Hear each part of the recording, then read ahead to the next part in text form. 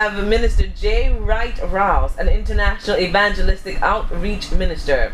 She's a poet, a playwright, and author, and founder of Rouse Ministries, established in 2002. Now, the Ministries Public Subdivision has published books like Daniel in the Lion's Den, children book series, and we'll be hearing more about that.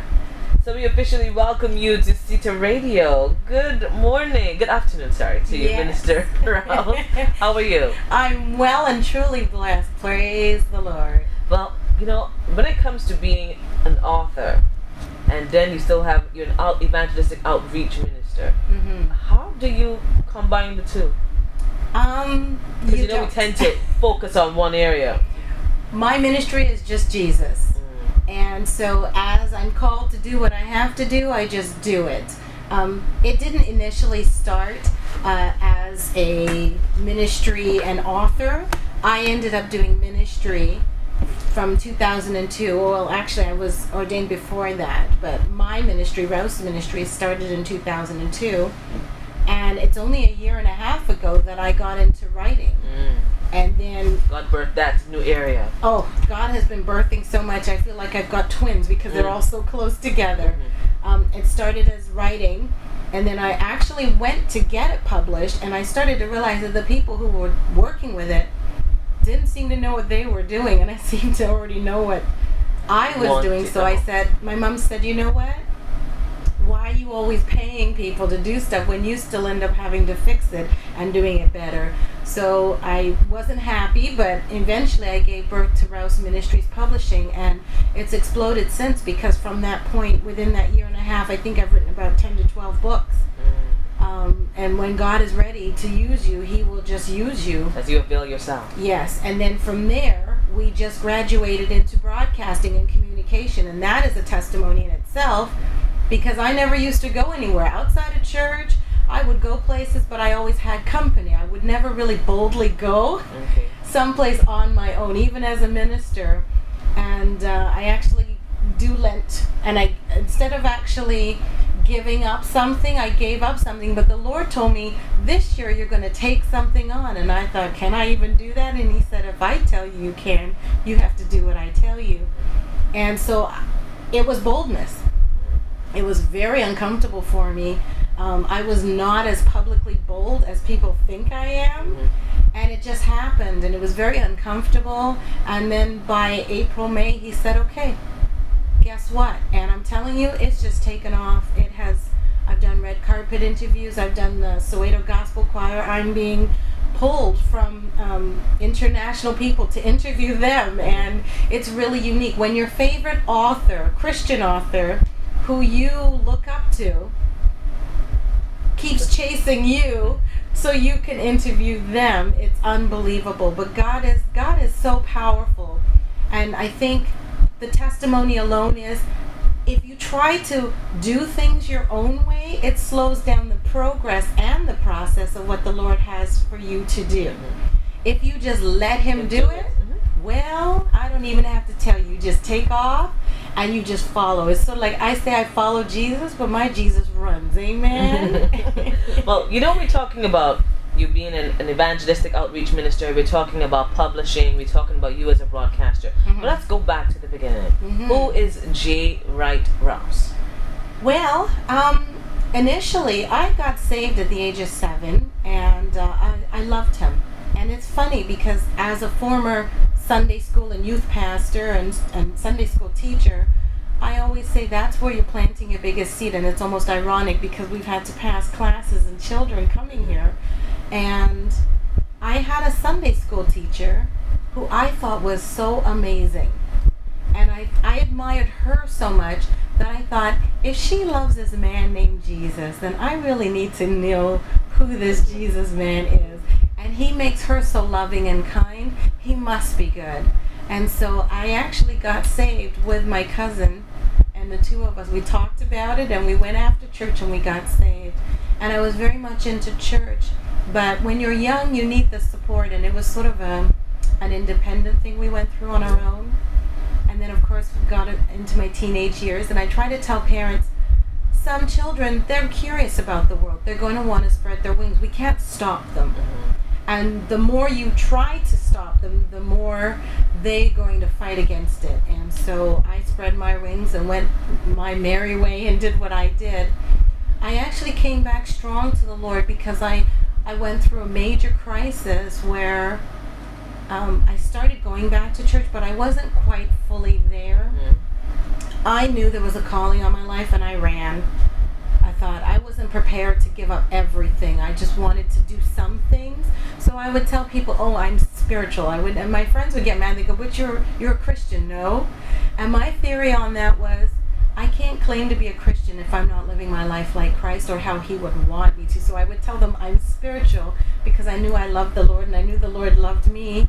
And I would follow Him to a point. But I'm sorry, I like to go to the nightclub, so Mm-hmm. Unless one He's prepared to come with me. 1 foot, I had a foot and a half, girl. I had the foot over and I had the rest of the stuff hanging ready to jump. So, and I finally fully committed to the Lord because I had a child, and it was funny because it was out of wedlock and it was before I got married, and my thing was the child was not well, and I had a very complicated pregnancy, and then I ended up basically talking to the Lord because I really needed Him. And I told Him that whatever the outcome would be, that I was really sorry, mm-hmm. and that I would do whatever He wanted to, and I wouldn't run from what He was calling me to do. And I committed me and my child to Him.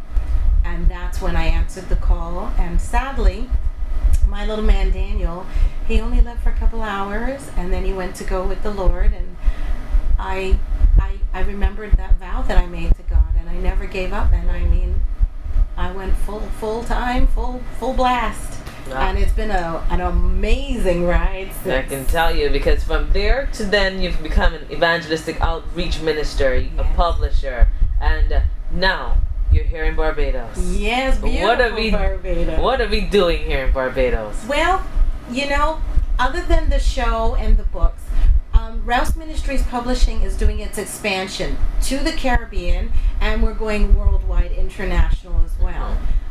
Some of our children's books, we're actually in the process of translating them from French to French and Spanish, and we are heading, we're going to do Caribbean, and then we're going to do South America and places like that. How is that going so far? Because I know that you do reside in Canada. Yes. And you speak not only English alone. Yes. So you're working and bearing in mind all cultures. Yes. And their languages. There you go. So how do you get it done? How are you trying to transition from Canadian way of life and writing that they understand back to beautiful Barbados and the Caribbean?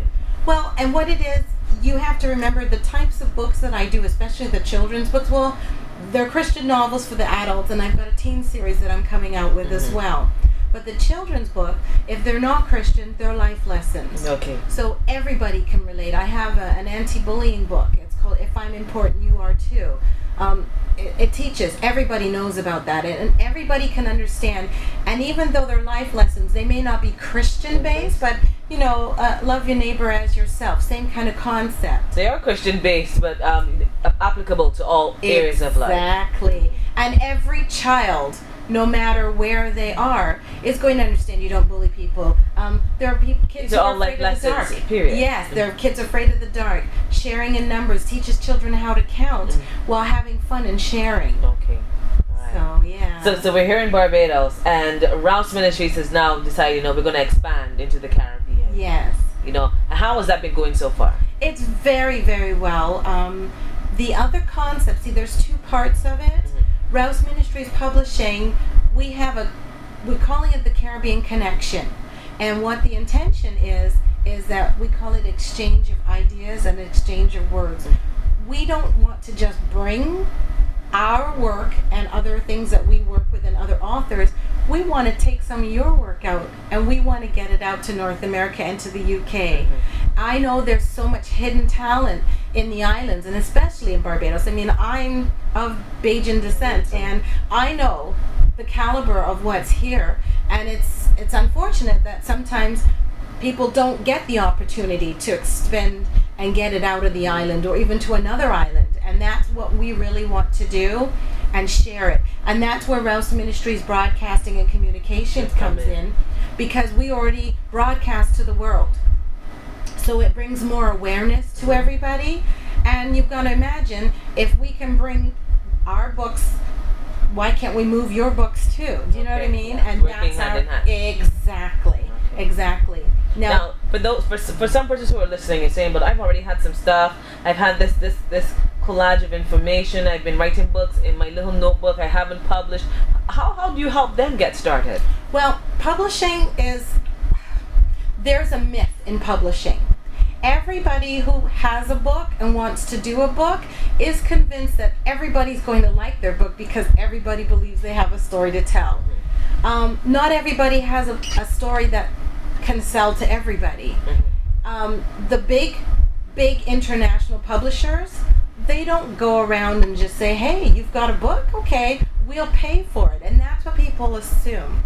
Most publishers will not pay for a book unless you have to be somebody that's very well known. I mean, if it's like Brad Pitt or something, well, they know. Everybody's going to buy the book, even if he just writes an ABC book. It'll sell. They're all about money. What happens is, self-publishing is the genre that everyone has to use. We help people to self-publish within a confined and structured setup. And what happens is, you're still paying for what you have to do, but we help to cut the costs. And as Christians, we're not out to make a fortune off of anybody. We just want to help people. Now, regular publishing companies, if your book is marketed and promoted and starts to sell, they will watch you. And that's when they want to basically come along and maybe offer you something, but that's not how it works. Okay. So how can we contact you? Well, there's Pastor J. Rouse at gmail.com or Rouse Ministries Publishing at gmail.com. Okay, can you spell that for our listeners? Rouse Ministries, Ministries, Publishing, Publishing at gmail.com. And we have book signings. Saturday morning 10 at Day's Bookstore, and 2 to 4 Book Source. That's tomorrow. Okay. And you're also on Facebook? I'm on Facebook, Rouse Ministries Broadcasting and Communications, or you can also look it up as Pastor J. Rouse. Okay. Well, thank you so much for stopping by. No, thank you for having me. You're wonderful. Thank you. And I'm intrigued because I know we have lots of talent. In Barbados, we've had one or two, and I think in the past year, some small events where we try to hone the talent of writers, script writers, whether they are also book writers, get their talent out there and also help them to perfect and and expand on that talent, improve on the areas of grammatical errors, all of that right here in Barbados. So it's good that you've come along, and I'm sure that if any of them are listening, they're saying, "Wow, here's another avenue to work along with." So check her out, J. Wright Rouse, and as she said, correct. You can look for Rouse Ministries Broadcasting and Communications on Facebook. Or Pastor J. Rouse on Facebook, or Pastor J. Rouse at gmail.com. Okay, so for those of you who know you have budding writers, poets, authors, they just have a passion for writing, and you just want to hone that talent to take it to the next level, this is the avenue for you. And they can come and get my books on Saturday. And on Saturday. See you at Day's Bookstore. What's the time again? 10 until 12, and 2 to 4 at Book Source, and they will be carried in pages as well. Okay. All right. Well, thank you so much. Oh, thank you. Thank you again for staying with us. And of course, wherever you are listening, remember, check her